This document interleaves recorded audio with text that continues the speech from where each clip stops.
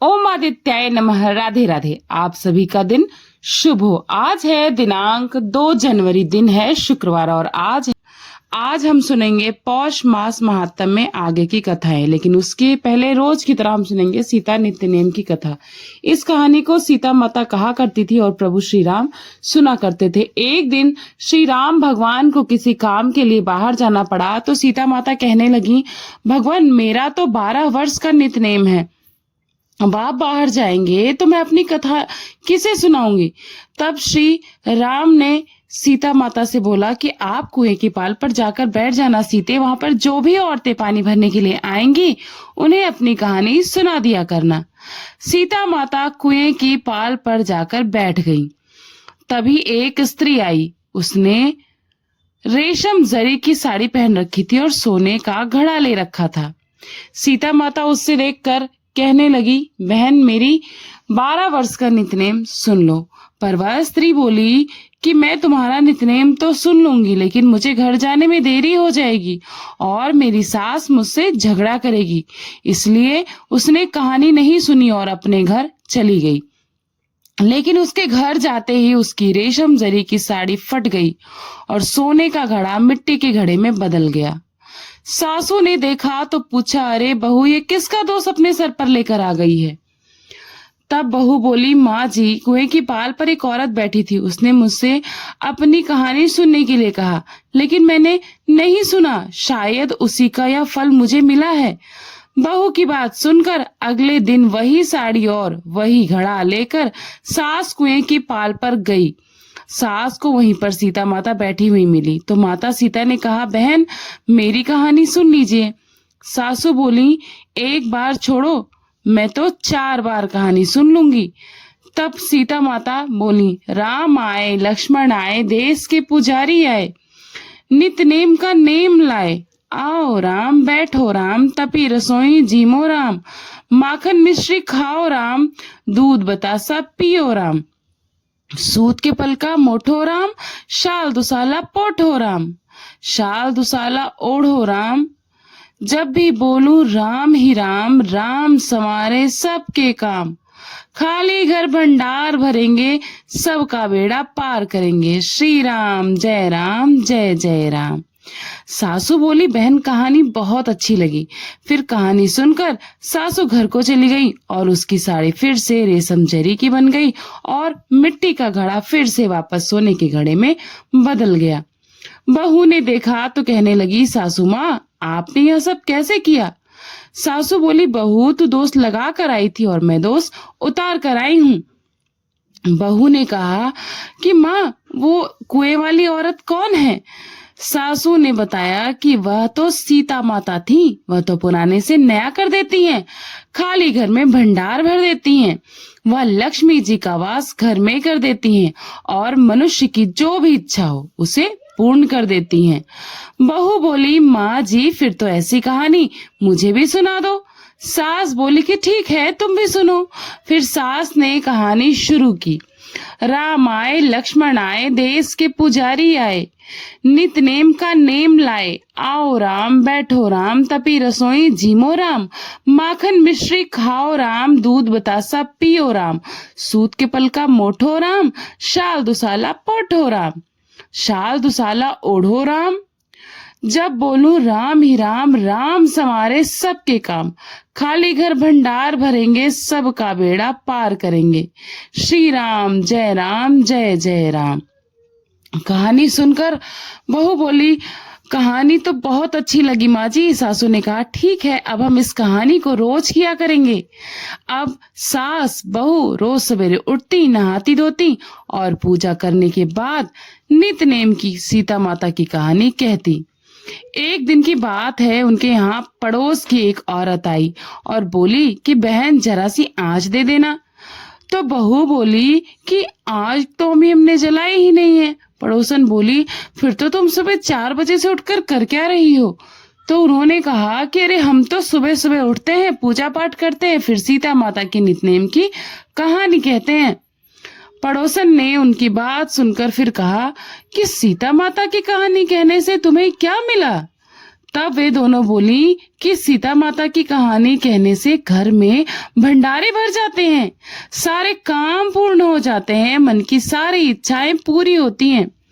पड़ोसन ने कहा, बहन अगर ऐसा है तब तो मुझे भी कहानी सुना दो। तब बहू बोली, ठीक है, तुम भी सुन लो यह कहानी। राम आए, लक्ष्मण आए, देश के पुजारी आए, नित नेम का नेम लाए। आओ राम, बैठो राम, तपी रसोई जीमो राम, माखन मिश्री खाओ राम, दूध बतासा पियो राम, सूत के पलका मोठो राम, शाल दुसाला पोठो राम, शाल दुसाला ओढ़ो राम, जब भी बोलू राम ही राम, राम संवारे सबके काम, खाली घर भंडार भरेंगे, सबका बेड़ा पार करेंगे, श्री राम जय जय राम। पड़ोसन ने इस कहानी को सुना तो कहने लगी, बहन कहानी बहुत आनंदमयी थी। अब वह पड़ोसन भी नितनेम सीता माता की कहानी कहने लगी। कहानी कहने से सीता माता ने पड़ोसन के भी धन के भंडार भर दिए। देखते ही देखते अब तो पूरे मोहल्ले में कथा चल पड़ी और हर किसी की मनोकामना पूर्ण होने लगी। हे सीता माता, जैसे आपने उन सभी के भंडार भरे, वैसे ही हमारे भी भरना। कहानी कहने वाले, सुनने वाले और हुंकार भरने वाले सबके भरना।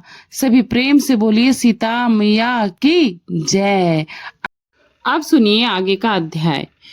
श्रीमद् भागवत सुनने के लिए उद्धव की उत्कंठा और श्रद्धा को देखकर अब एकनाथ महाराज जी ने भागवत वाचना शुरू किया। उनकी कथाएं इतनी रोचक हुआ करती थीं कि झुंड के झुंड श्रोता उनकी कथा सुनने के लिए दौड़े आने लगे और कथा में प्रेमानंद से झूमने लगे।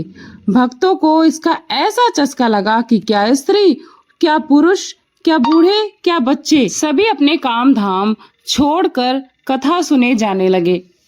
उनमें से कोई श्रोता ऐसे भी होते थे जिन्हें भोजन भी एकनाथ के यहाँ ही कर लेना होता था। फिर आनंद से कीर्तन भी सुनते थे तल्लीन होकर। यह महाराज के यहाँ रोज ही नए नए मेहमान आया करते थे, पर इतने बड़े प्रपंच का यह सारा खर्च कैसे चलेगा, इसकी उनको कभी चिंता ही नहीं हुई। मैं और मेरा परिवार या संसार या भाव उनके मन में कभी आया ही नहीं। यह सारा परिवार और संसार तो भगवान का ही है। यही उनकी निरअहंकार भावना थी। भगवान के चरणों में संसार समर्पित करके भक्त निश्चिंत रहते थे। तब वह सारा प्रपंच बड़ी जिम्मेदारी के साथ भगवान का हो जाता था।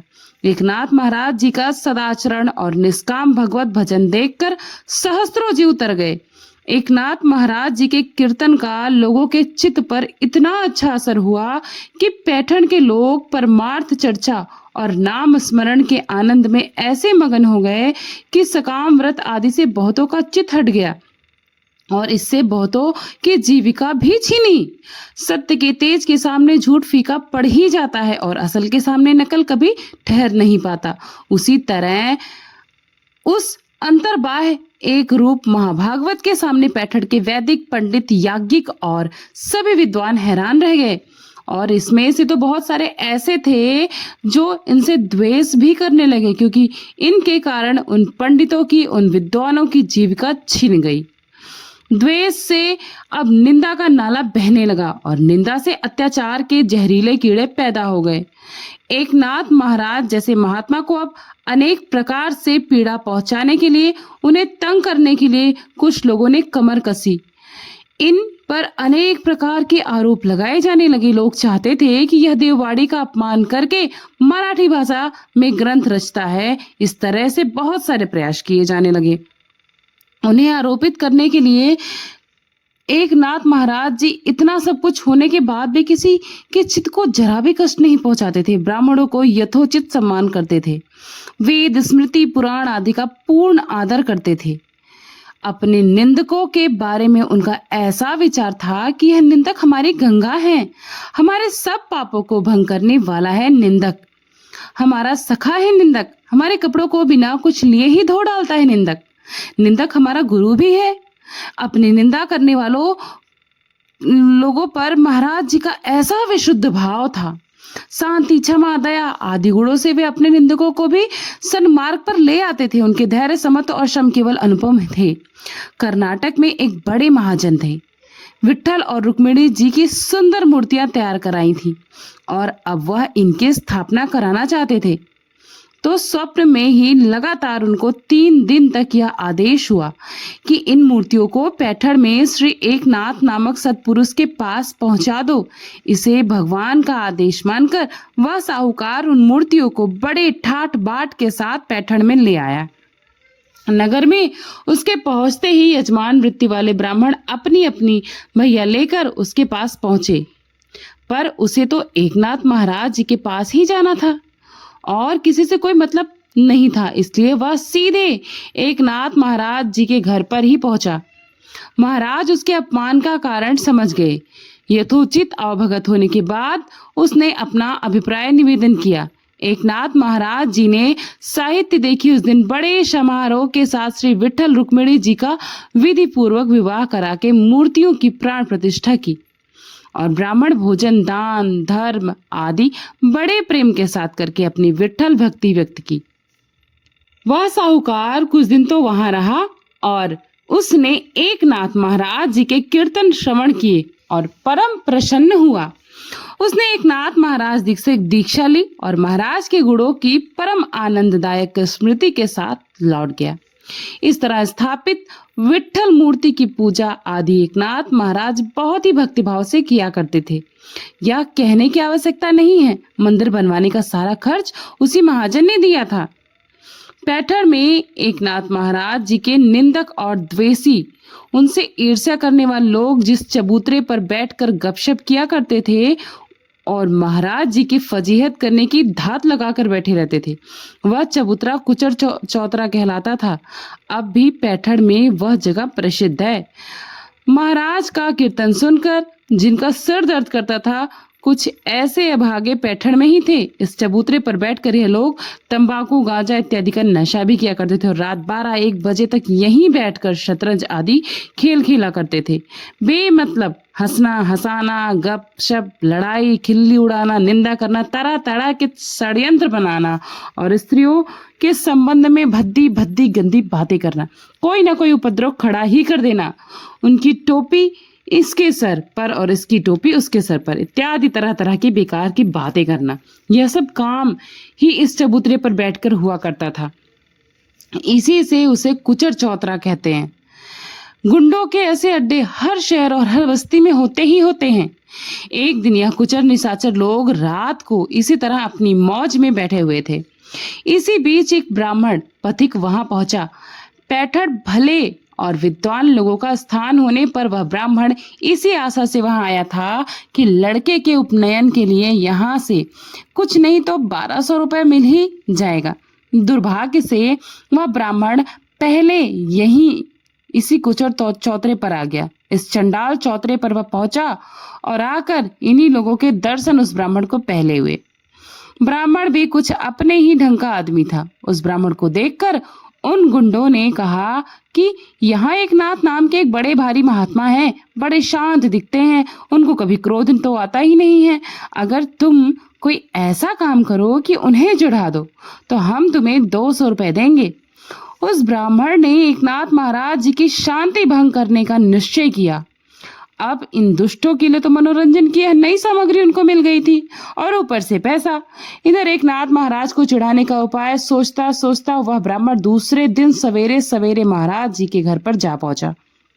उस समय महाराज जी पूजा में थे और यह ब्राह्मण घर में घुसकर बिना हाथ पैर धोए, बिना पूछे और बिना कपड़े उतारे सीधे ठाकुर जी के मंदिर में उनके घर में पहुंचा और उसी हालत में उनके आसन पर कुछ दूरी पर भी नहीं, उनके पास ही बल्कि उन्हीं की पालथी पर जाकर बैठ गया। वह समझता था कि अब एकनाथ जी को क्रोध आ जाएगा और बिना क्रोधाए रह ही नहीं सकते, पर शांति के सागर और धैर्य के मेरू क्या इतनी छोटी सी बात से क्रोधित हो जाएंगे। थोड़ा हंसकर महाराज ने उस ब्राह्मण से कहा, ब्राह्मण देवता, आपके दर्शन से मुझे बड़ा आनंद हुआ। मिलने को तो बहुत सारे लोग आते हैं, पर आपका प्रेम तो कुछ विलक्षण ही है। आपने जैसे ही इस घर में पैर रखा वैसे ही मुझे आपसे मिलने की प्रबल इच्छा हो गई और यह सचमुच आपके ही प्रेम का प्रभाव है। इस तरह उस ब्राह्मण का पहला वार खाली चला गया। उसने सोचा मामला जरा टेढ़ा है, कुछ और कोशिश करनी होगी। पर 200 रुपए का लोभ भी था। उसने फिर एक बार प्रयत्न करने का निश्चय किया। अब वह एकनाथ महाराज जी स्नान संध्या आदि से निवृत्त हो चुके थे। मध्याह्न भोजन का समय था। भोजन के लिए उस ब्राह्मण का आसन महाराज के आसन के समीप ही लगाया गया। पतले परोसी गईं। घी परोसने के लिए गिरजाबाई आईं और ब्राह्मण के सामने दोने में घी डालने के लिए जैसे ही वो झुकी, वैसे ही ब्राह्मण लपक कर उनकी पीठ पर चढ़कर बैठ गया। तब महाराज गिरजाबाई से कहने लगे, हाँ संभलना, ब्राह्मण कहीं नीचे न गिर जाए। गिरजाबाई भी एकनाथ महाराज जी की धर्मपत्नी थी। उन्होंने भी मुस्कुराते हुए उत्तर दिया, कोई हर्ज नहीं। हरि पंडित को यानी पुत्र को पीठ पर लादे काम रहने से तो मुझे अभ्यास है। मैं भला अपने इस दूसरे बच्चे को नीचे कैसे गिरने दूंगी। यह सब देख ब्राह्मण के तो होश उड़ गए। वह नीचे लुढ़क कर एकनाथ महाराज जी के चरणों में गिर पड़ा। महाराज जी ने उसे उठाया और फिर ब्राह्मण ने सारा हाल कह दिया और इस बात पर दुख भी प्रकट किया कि मेरे तो 200 रुपए गए। तब एकनाथ महाराज जी ने उससे कहा, अगर बात यह थी तो मुझसे पहले ही कह देता। अगर मुझे जरा भी इस बात की भनक होती तो मैं तुमको मिलने वाला इनाम था जरूर तुम्हारे ऊपर क्रोध करता था कि तुम्हारी जीतो। एकनाथ महाराज जी के पिता का श्राद्ध था। रसोई तैयार हो गई थी। आमंत्रित ब्राह्मणों की प्रतीक्षा में नाथ दरवाजे पर खड़े हुए थे। इसी समय 4-5 महार उधर से निकले और दरवाजे से जाने लगे। घर में जो रसोई तैयार हुई थी उसी की गंध पाकर ये लोग आपस में कहने लगे, वाह कैसी अच्छी गंध है ना। भूख ना हो तो भी लग जाए। कैसे कैसे पकवान बने होंगे, वाह। पर हम लोगों को भला यहाँ कैसे नसीब होगा खाना। तो ब्राह्मणों का नसीब है जो रोज नए नए पकवान उड़ाते हैं। हम अभागों को तो इसकी गंध भी दुर्लभ है। उन लोगों के यह शब्द सुनकर एकनाथ महाराज जी को दया आ गई। यह इस बात को मानने वाले थे कि जितने शरीर हैं सब हरि मंदिर ही तो हैं। उन्होंने चट से उन महारों को बुलाया और गिरजाबाई जी से कहा, श्राद्ध के लिए जो भी पकवान बने हैं वह सब इन्हें खिला दो। नाथ की सहधर्मचारिणी गिरजाबाई को पति की आज्ञा का पालन करते भला कितनी देर लगती, बल्कि एक कदम और आगे बढ़कर उन्होंने कहा, अन्न तो बहुत है, इसलिए इनके बाल बच्चों और पत्नियों को भी बुलवाइए। सबको परोस कर क्यों न खिलाया जाए। जनार्दन तो सर्वत्र है, सब प्राणियों में है, इसलिए आज इन्हीं अति शद्रों को खिलाकर तृप्त किया जाए। फिर उन सब को बुलवाया गया। रास्ते पर पत्तलें रखी गई। ब्राह्मणों के लिए जो चंदन अक्षत पुष्प आदि जुटाकर रखे गए थे वह इनको ही अर्पण कर दिया गया और सब पकवान बाहर लाकर शूद्रों के द्वारा इन्हें परोसे गए। इसके बाद एकनाथ महाराज जी ने जनार्दन निश्चित यानी जन्म में स्वयं जनार्दन है, इसमें कोई संदेह नहीं है, कहकर संकल्प छोड़ा। बाल बच्चों सहित यह अंत्यज भोजन करके बड़े तृप्त हुए। जिसकी गंध भी दुर्लभ थी वही भोजन इन्हें, इनकी पत्नियों को और इनके बच्चों को भी यथेष्ट भरपेट प्राप्त हुआ। उस भोजन से तथा नाथ गिरजाबाई के हार्दिक प्रेम भरे शब्दों को सुनकर अंत्यजों के अंतरात्मा अत्यंत प्रसन्न हुई। उन्हें पान देकर विदा करने के बाद गिरजाबाई ने घर आंगन सब कुछ धोकर स्वच्छ किया, बर्तन मल लिए और सब सामग्री फिर जुटाकर फिर रसोई बनवाई।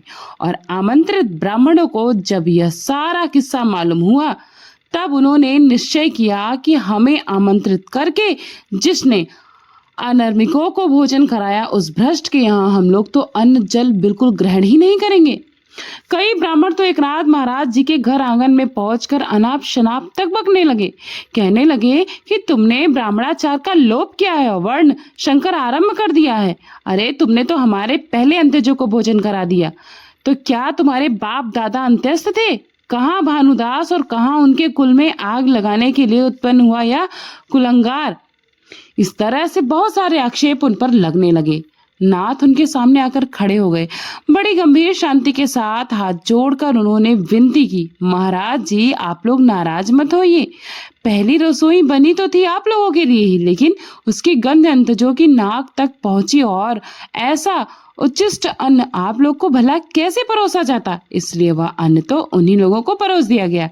और आप लोगों के लिए फिर से सब सामग्री जुटाकर भोजन तैयार किया गया है, इसलिए आप लोग क्षमा करके इस भोजन को ग्रहण करिए। पर ब्राह्मणों को यह बात बिल्कुल ठीक नहीं लगी और वे उन्हें कोसते हुए अपने घर चले गए। अब तो नाथ बड़े चिंतित हुए। उनके यहाँ श्री खंडिया रहता था। उसने उन्हें सुझाया कि महाराज, आप कोई चिंता ना करें, पत्तल परोसें, आपके पितर ही स्वयं आकर भोजन कर लेंगे। इस प्रकार अब पत्तलें परोसी गईं। आगत कहते हैं ना, सूर्यपरायण, चक्रपाणी और भानुदास जी, तीनों पितर आकर बैठ गए। एकनाथ महाराज जी ने बड़ी भक्ति से उनकी पूजा भी की और फिर भोजन परोसा। तीनों पितर तृप्त हुए और आशीर्वाद देकर अंतर ध्यान हो गए। इस तरह एकनाथ महाराज जी ने यथार्थ पितृ तर्पण किया।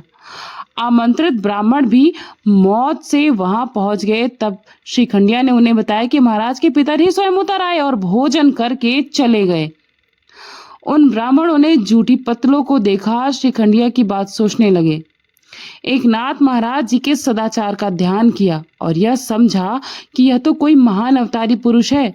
फिर दूसरे दिन ब्राह्मणों ने सभा करके आपसी सहमति से यह निश्चय किया कि एकनाथ से प्रायश्चित कराकर उसे शुद्ध करके जाति में ले लिया जाए। भस्म गोमय आदि लगाकर अब उनसे गंगा स्नान कराया गया और वेद मंत्रों द्वारा उनकी शुद्धि की गई। दंडवत स्वामी नाथ के एक साधु पुरुष पैठण में रहते थे। यह नमन भक्ति करते थे। किसी भी प्राणी को देखते ही वह उसे दंडवत प्रणाम करने लगते थे। इसी से उनका नाम दंडवत स्वामी पड़ गया। यह एकनाथ महाराज जी के शिष्य थे। एक बार कहीं पर एक गधा मरा पड़ा था तो कुछ ब्राह्मणों ने दंडवत स्वामी से कहा कि महाराज, इन्हें भी प्रणाम करिएगा। इन्होंने मरे हुए गधे को भी प्रणाम किया और आश्चर्य की बात तो यह हुई कि वह गधा उठकर खड़ा हो गया। इस विलक्षण सिद्धि को देखकर गांव के सभी लोग दंडवत स्वामी को मानने और उनकी वंदना करने लगे। योग साधना से अनेक प्रकार की सिद्धियां प्राप्त होती हैं, इसमें संदेह नहीं है, पर यह सिद्धियां परमार्थ में बाधक होती हैं। इस कारण भगवान के भक्त इन सिद्धियों के पीछे कभी नहीं पड़ते। अब एकनाथ महाराज जी ने दंडवत स्वामी से कहा, तुमने मरे हुए गधे को जिलाया है, यह तो अच्छा नहीं हुआ। इससे तो अब लोग तुम्हारे पीछे पड़ जाएंगे। अब तो जो कोई भी मरेगा उससे आदमी तुम्हें घेर लेंगे, तुम्हें मोह में घेरेंगे, नाम होगा परमार्थ रह जाएगा, यमन तुम्हें पकड़कर कैद खाने में डाल देंगे, फिर तो बड़ी फजीहत होगी। इसलिए कालिकाल बड़ा भीषण है, यह जानकर तुम समाधस्थ हो जाओ, यही अच्छा होगा। फिर तो यह उपदेश पाकर दंडवत स्वामी ने आसन लगाया और भगवान का ध्यान करते हुए स्वच्छंदता पूर्वक देह त्याग कर दिया। अब तो पैठण के उन ब्राह्मणों को एकनाथ महाराज जी को तंग करने का भी अच्छा अवसर मिल गया, जो उनसे ईर्ष्या करते थे। दंडवत स्वामी के मरने का कारण इन लोगों ने एकनाथ महाराज जी को माना और हत्या का अपराधी बता दिया। महाराज जी के मन की शांति से भंग हो गई, पर वे लोग उन्हें कोस कोस कर कहने लगे, कैसा दुस्साहसी आदमी है, परमहंस को गाड़कर निश्चिंत बैठा है, वेद शास्त्र का एक अक्षर नहीं जानता, मनमाना व्यवहार करता है, उद्यत पने से महंत बना बैठा और दुनिया को ठग रहा है। अरे नाम जप करने के बहाने न जाने क्या क्या करता फिरता रहता है। देखते तो यह है कि सभी को कर्म भ्रष्ट कर रहा है, ब्राह्मण को ही नष्ट करने पर तुला है। फिर ब्राह्मणों ने ही से परमहंस की हत्या का दोष परिहार भी सुझाया। कहने लगे, पहले ज्ञान दे उन्हें, भैंसे से वेद मंत्र कहलवाए, वैसे ही तुम इस पत्थर के नंदी से चरी चरवाओ, नहीं तो बड़े पाप के भागी बनोगे। इस पर एकनाथ महाराज जी हाथों में चरी लेकर, जो हरी घास होती है उसी को चरी कहते हैं, पत्थर के बने हुए नंदी महाराज के सम्मुख आए और उनके सम्मुख हाथ जोड़कर खड़े हो गए। बोले, जिन ब्राह्मणों के वचन से मूर्ति में भी देवत्व आ जाता है, उन ब्राह्मणों की बात रख लीजिए। यह वचन एकनाथ महाराज जी के मुख से निकलते ही पत्थर के नंदी ने जीभ बाहर निकालकर वह सारी की सारी चरी खा ली। यह देखकर ब्राह्मण आश्चर्य से दंग रह गए। इस तरह परमहंस दंडवत स्वामी की हत्या के पाप से उन्होंने एकनाथ को मुक्त कर दिया। इसके बाद महाराज जी की आज्ञा से वह नंदी गंगा तट पर जाकर नदी में कूद गए। पैठण में दंडवत स्वामी की समाधि और नंदी दोनों ही यात्रियों को दिखाई देते हैं। एकनाथ महाराज जी को कष्ट देने वाले लोग कष्ट देने में मानो एक दूसरे को पीछे छोड़ना चाहते थे। वे सदा इस होड़ में लगे रहते थे कि कौन सबसे ज्यादा कष्ट उन्हें पहुंचाएगा। एक बार आधी रात के समय 4 प्रवासी ब्राह्मण पैठड़ में आए और रहने के लिए आश्रय ढूंढने लगे। मार्ग के श्रम से वह बहुत थके हुए थे, तो उन्होंने इन दुष्ट लोगों से कहा कि आप लोग के ठहरने के लिए एक स्थान है। यह सामने जो मकान दिख रहा है ना, इसमें एकनाथ नाम का एक बड़ा दाता रहता है। सैकड़ों ब्राह्मण भी अगर एक साथ आ जाए ना, तो सबको भोजन करा के वह संतुष्ट भी कर देता है। उसे तो सिद्धियां भी प्राप्त है। आप लोग वहीं पर जाइए। 7 दिन से रात दिन ऐसी मूसलाधार वर्षा हो रही थी कि नाथ महाराज जी के यहाँ सूखा ईंधन बिल्कुल भी था ही नहीं। जब यह प्रवासी नाथ महाराज जी के यहाँ पहुंचे, तब सदा की तरह उनका स्वागत हुआ। जब मालूम हुआ कि प्रवासी ब्राह्मण तो भूखे हैं, तब एक नाथ महाराज जी ने बहुत जल्दी रसोई बनाने को गिरजाबाई से कहा, लेकिन लकड़ियां गीली होने से रसोई जल्दी नहीं बनेगी। यह सोचकर उन प्रवासियों की क्षुधा व्याकुलता से, यानी उन्हें बहुत जोर से भूख लग रही है, इस व्याकुलता से नाथ जी का चित्त बड़ा ही व्याकुल हो गया और उन्होंने अपने शिष्य उद्धव से कहा कि देखो, अपना यह मकान लकड़ी का ही तो है, इसकी एक मंजिल गिरा दो, तोड़कर लकड़ियां इकट्ठी करो। पर यह सोचकर कि इसमें भी कुछ देर लगेगी, उन्होंने और भी जल्दी का एक उपाय किया। अपने पलंग की दीवार खोल दी और पावा पाटी तोड़कर ईंधन प्रस्तुत कर दिया और चट से रसोई बनाने को कहा। तो नाथ की ऐसी खातिरदारी करने वाले थे कि इस मौके पर ठंडे पानी से स्नान करने में प्रवासियों को कष्ट होगा, यह सोचकर उन्होंने तुरंत पानी गर्म कराया और स्नान करने के लिए गर्म पानी दिया। गिरजाबाई ने स्वयं रसोई बनाई और फिर भोजन परोसा। भोजन के समय गर्माहट के लिए अंगीठियां ब्राह्मण के पास में ही रखी गई।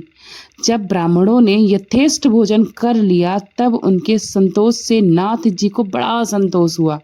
नाथ महाराज जी की यह अतिथि प्रेम देखकर उन ब्राह्मणों ने उनकी बड़ी सराहना की और कहा कि भोजनार्थियों को तृप्त करने वाले आप ही जैसे धन्य हैं।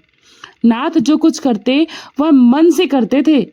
4 भले आदमी हमें अच्छा कहें या हमारा नाम हो, इस ख्याल से कभी आतिथ्य सत्कार करने वाले को लोग होते हैं, उस तरह के नहीं थे नाथ जी। पर नाथ जी जो आतिथ्य सत्कार करते थे, वह तो मेरा स्वधर्म है, यही तो मेरी जिम्मेदारी है, यह जानकर निष्काम बुद्धि से करते थे। उनके सब कामों में और सब प्रकार के व्यवहार में उनका प्रेम में अंतःकरण रहता था। किसी न किसी तरह लोगों के कान भगवान का नाम सुने, इसके लिए नाथ महाराज जी ने कई दिन यह उपाय किया। जो कोई कीर्तन सुनने आता, उसे अंजलि भरकर शक्कर बांटते थे। एक बार वडारी जाति के 2 पुरुष एक स्त्री शक्कर पाने की आशा से महाराज जी के यहाँ आए। कीर्तन सुनने वालों की इतनी भीड़ थी कि उन्हें कहीं बैठने की या खड़े होने की भी जगह नहीं मिली। इसलिए यह लोग नाथ जी के शयनागार, जहां वह विश्राम करते थे, वहीं घुस गए। कभी कीर्तन तो सुना नहीं था, यह अभ्यास भी उन्हें था ही नहीं कि घड़ी 2 घड़ी आसन लगाकर बैठते हैं और सुनते हैं। शयनागार में जो घुसे सो शयन ही हो गए। वे दोनों पुरुष नाथ का पलंग मुलायम देखकर इसी पर जो जरा देर के लिए लेटे, उन्हें गहरी नींद आ गई और उनके पैताने पर वह स्त्री भी सो गई। उधर जब कीर्तन हो चुका, तब शक्कर लेकर लोग अपने अपने घर को चले गए। मकान के बाहरी दरवाजे बंद करके उद्धव जब नाथ जी का बिस्तर लगाने के लिए उनके शयनागार में गए, उनके सोने के कमरे में गए, तब उन्होंने वहां उस स्त्री और पुरुष को खर्राटे मारते हुए बड़े बेढंगे तौर पर पड़े हुए बिस्तर पर देखा। तो उद्धव ने शोर मचाना शुरू कर दिया। तब नाथ उस कमरे में आए और वे लोग भी जाग उठे।